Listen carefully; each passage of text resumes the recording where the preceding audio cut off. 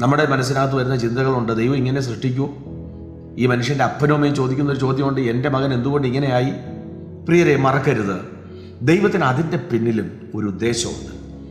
എന്നും നീ കൈ നീട്ടുന്നത് ഭിക്ഷയ്ക്കായിരിക്കും, പക്ഷെ മറക്കരുത്, ഒരു ദിവസം നീ ആ കൈ നീട്ടുന്നത് എന്നും കിട്ടുന്നത് പോലെ എന്തേലും ലഭിക്കുമെന്ന് വെച്ചായിരിക്കാം. പക്ഷേ ഒരു ദിവസം കൈ പിടിച്ചെഴുന്നേൽപ്പിക്കുന്നത് പണം തരാനല്ല, നിത്യമായ ഒരു നടത്തം, അന്നുവരെ ഇല്ലാത്തൊരു കുതിപ്പ് നിന്റെ ജീവിതത്തിൽ വരുത്താൻ ദൈവം ശക്തനെന്ന് ഉറപ്പോടെ വിശ്വസിച്ച് ഇന്നുള്ള ചില മുടന്തുകൾ എനിക്ക് മാറും.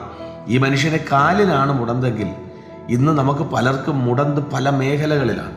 എന്നാൽ ഈ മേഖലയിൽ നിന്നൊക്കെ മുടന്ത് മാറ്റി ദൈവത്തിന് കൊള്ളാകുന്ന മനുഷ്യന്മാരാക്കി നമ്മെ തീർക്കാൻ ദൈവം ശക്തനെന്ന് ഉറപ്പോടെ വിശ്വസിച്ച് സഞ്ചരിപ്പാൻ ദൈവം കൃപ ചെയ്യട്ടെ.